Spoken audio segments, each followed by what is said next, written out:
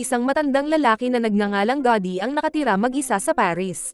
Isang dalaga naman na nagngangalang Pamela ang nakatira sa isang bayan na medyo malayo sa Paris, kung saan siya ay kumukuha ng pagsusulit sa pagmamaneho sa ikalimang pagkakataon. Ngunit sa pagkakataong ito, nahihirapan pa rin siyang pumasa. Tinutulungan niya ang kanyang ama sa trabaho, ngunit nais niyang pumunta sa Paris upang lumayo sa kanilang tindahan, bagay na hindi ikinasaya ng kanyang ama. Si Pamela ay naghahanap ng bahay na mauupahan sa Paris at sa kanyang paghahanap ay nakilala niya si Gotti na nag-aasal ng kakaiba dahil sa kanyang katandaan. Ang anak ni Gotti ay nagpasya ng popahan ng kwarto sa kanilang bahay, ngunit ayaw ni Gotti na magkaroon ng nangungupahan. Napansin ni Pamela ang isang piano sa bahay na iyon, na wala raw sino mang pwedeng tumugtog. Nagustuhan ni Pamela ang bahay, ngunit napansin niyang bastos si Gotti at naiintindihan niyang ayaw siyang gawing nangungupahan. Naghanap si Gotti ng mga dahilan para tanggihan si Pamela. Matapos lisanin ang bahay ni Gotti, nagsimula siyang maghanap ng ibang matutuluyan. Si Pamela ay may relasyon sa isang lalaking may asawa na nagngangalang Datdo. Isang araw, habang magkasama sila, nalaman ni Pamela na nakahanap siya ng kwarto sa bahay ni Gotti. Natupad ang kanyang pangarap na manirahan sa Paris, ngunit nadismaya siya dahil masaya si Datdo na aalis na siya. Ilang araw matapos magpaalam sa kanyang ina at kapatid, umalis na si Pamela patungong Paris. Pagdating niya sa bahay ni Gotti, binigyan siya ng isang aklat na naglalaman ng mga alituntunin sa bahay, at ang unang tuntunin ay walang sino man ang dapat magsuot ng tsinelas ni Gotti. Kinagabihan, nalaman ni Pamela na hindi gusto ni Gotti ang kanyang manugang na si Valerie. Sinabi rin ni Gotti kay Pamela na si Valerie ay baliw at nais siyang ipasok sa isang nursing home. Ilang araw ang lumipas, habang nag-iisa sa bahay, naisip ni Pamela na tumugtog ng piano. Natutunan niyang tumugtog ng piano noong bata pa siya, ngunit tumigil siya kalaunan. Hindi nagustuhan ni Gotti ang pagtugtog ni Pamela at pinaalis siya sa bahay. Sa isang paraan, napilit ni Pamela si Gotti na payagan siyang manatili, ngunit wala siyang pambayad sa renta. Matapos mag-isip, sinabi ni Gotti na hindi niya kailangan ng pera, ngunit kapalit ng paninirahan sa bahay, may ipapagawa siya kay Pamela. Nais niyang sirain ang kasal ni Paul at palapitin siya sa kanyang sarili. Hindi gustong gawin ni Pamela ang bagay na iyon, ngunit sinabi ni Gotti na kung gagawin niya ito, mapapatawad ang renta sa loob ng 6 na buwan. Habang iniisip ang alok, umalis si Pamela sa bahay at nakita ang isang bar na naghahanap ng waitress. Kinausap niya ang isang batang lalaki na nagngangalang Matthew at nakuha agad ang trabaho. Kinaumagahan, dumating si Paul, ang anak ni Gotti, upang makipagkita kay Pamela. Alam ni Paul na hindi maganda ang sinasabi ng kanyang ama tungkol sa kanya. Nagdala si Paul ng gamot para kay Gotti at gusto niyang si Pamela ang mag-alaga kay Gotti dahil habang tumatanda ito, lumalala rin ang kanyang karamdaman. Pagbalik ni Gotti, sinimulan niyang gawing katatawanan si Paul hanggang sa umalis na ito. Masaya si Gotti sa pag-iisip na si Pamela ay nagsisimula ng lumapit kay Paul. Kinabukasan, nagsimula ng magtrabaho si Pamela sa bar at bukod sa pagtatapos ng kanyang pag-aaral, sinubukan din niyang makipagkaibigan kay Gotti, ngunit hindi siya magaling sa pag-aaral kaya siya ay nag-aalala. Inimbitahan ni Gotti si Paul sa kanilang bahay at nagluto si Pamela para mapahanga siya. Makalipas ang ilang sandali, dumating sina Paul at Valerie, at nang makausap ni Pamela si Valerie, naintindihan niya kung bakit hindi ito gusto ni Gotti. Talagang tuso si Valerie kaya't naging madali para kay Pamela na magtrabaho para kay Gotti. At ang kanilang mga pag-uusap ay nagpasaya sa mahiyain na si Paul.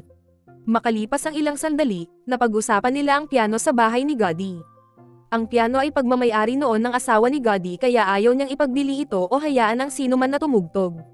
Dahil dito, nagkaroon sila ng pagtatalo ni Paul, kaya't inutusan ni Gotti si Pamela na tumugtog ng piano. Nang marinig ni Gotti ang kanta ni Pamela, siya'y napaluha. Inisip ni Valerie na hindi nagustuhan ni Gotti ang kanta kaya siya umiiyak, ngunit sinabi ni Paul na naalala ni Gotti ang kanyang yumaong asawa at kaya siya umiiyak. Habang nag-uusap si Valerie tungkol sa pagkain, alam ni Paul na mas mabuti nang umalis siya. Kinabukasan, pumunta si Pamela sa kanyang kolehiyo at nang makita ang resulta ng kanyang pagsusulit, nalaman niyang bumagsak siya muli. Umiyak siya habang pauwi at sinubukang aliwin ang sarili, ngunit naisip niya na wala na siyang magagawa sa buhay. Ilang araw ang lumipas at dumating si Valerie sa bahay ni Gotti upang kumuha ng mga gamit sa kusina. Nang magkasakit si Pamela, nadumihan niya ang mga kagamitan ni Valerie.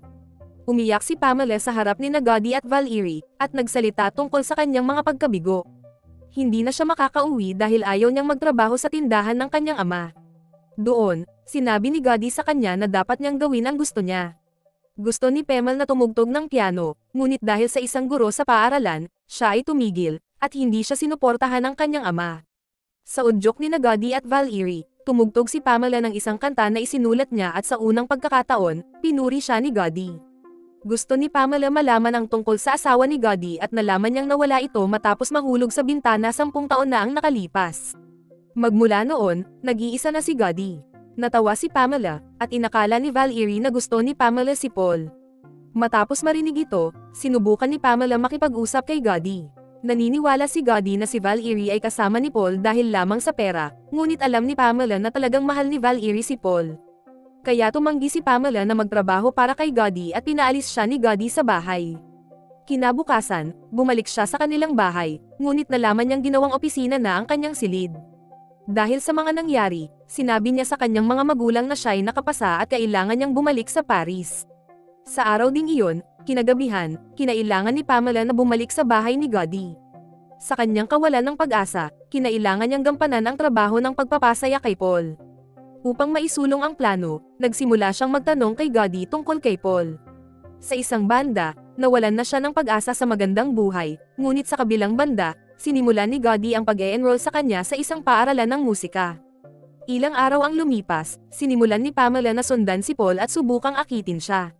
Matapos itanong kay Gadi ang mga hilig at ayaw ni Paul, patuloy na ginamit ni Pamela ang impormasyong ito, at nagsimulang maramdaman ni Paul na pareho ang kanilang mga gusto at hilig. Hindi naunawaan ni Paul na lahat ng ito ay isang palabas lamang, at nang magtagal, nagsimula na rin siyang magustuhan si Pamela. Nang magkaroon ng pagkakataon, sinabi ni Pamela na gusto niyang magsimula ng relasyon kay Paul, ngunit dahil sa agwat ng kanilang edad, tumanggi si Paul.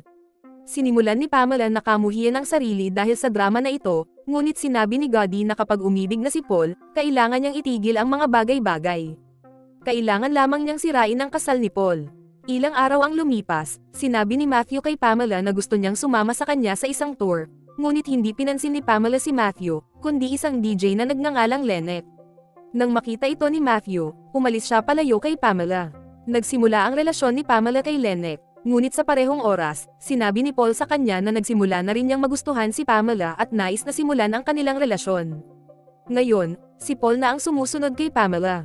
Pumunta sila sa isang club kung saan nagtatrabaho si Matthew bilang DJ, at doon nalaman ni Pamela na nakalimutan na siya ni Lynette.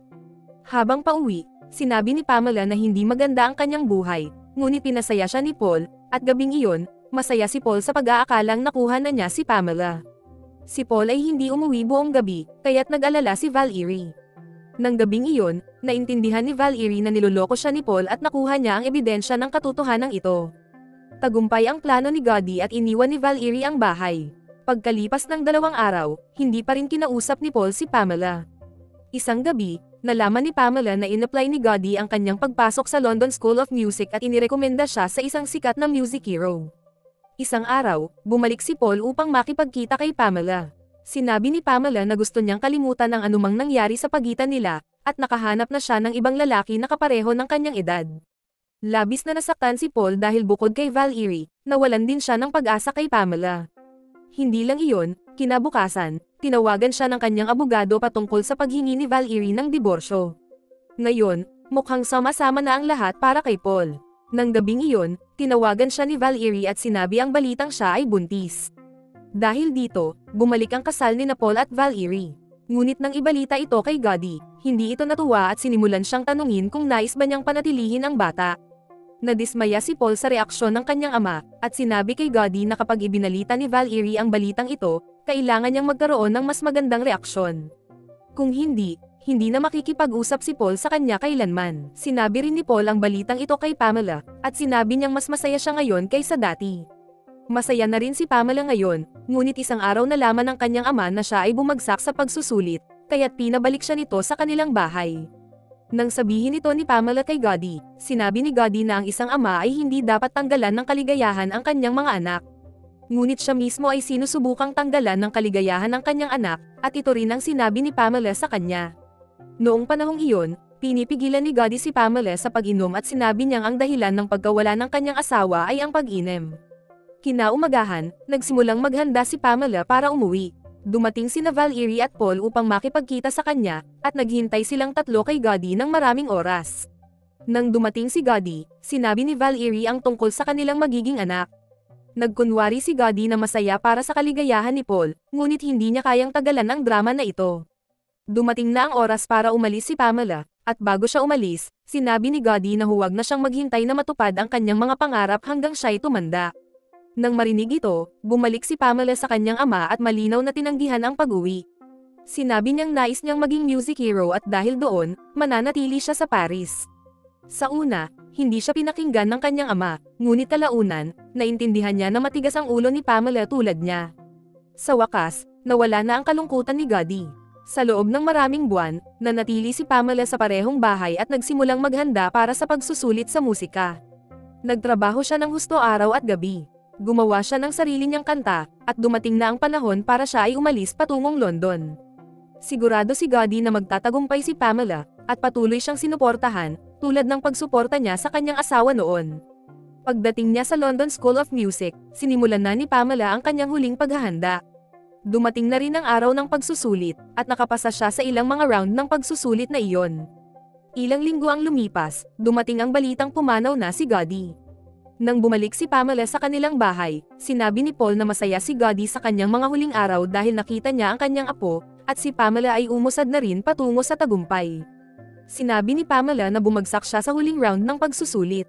Ibinigay ni Paul kay Pamela ang bahay ni Gotti dahil kailangan pa niyang manatili sa Paris sa loob ng ilang buwan. Ibinigay din ni Paul ang huling liham ni Gotti para kay Pamela. Sa liham na iyon, isinulat ni Gotti ang isang payo para kay Pamela. Sinabi niyang nalimutan na niya ang lahat ng kanyang mga sama ng loob matapos makita ang kanyang apo. Pinayuhan niya si Pamela na huwag susuko kailanman, at sa payong ito, nagsimulang maghanda si Pamela para sa kanyang susunod na pagsusulit. Salamat sa panonood.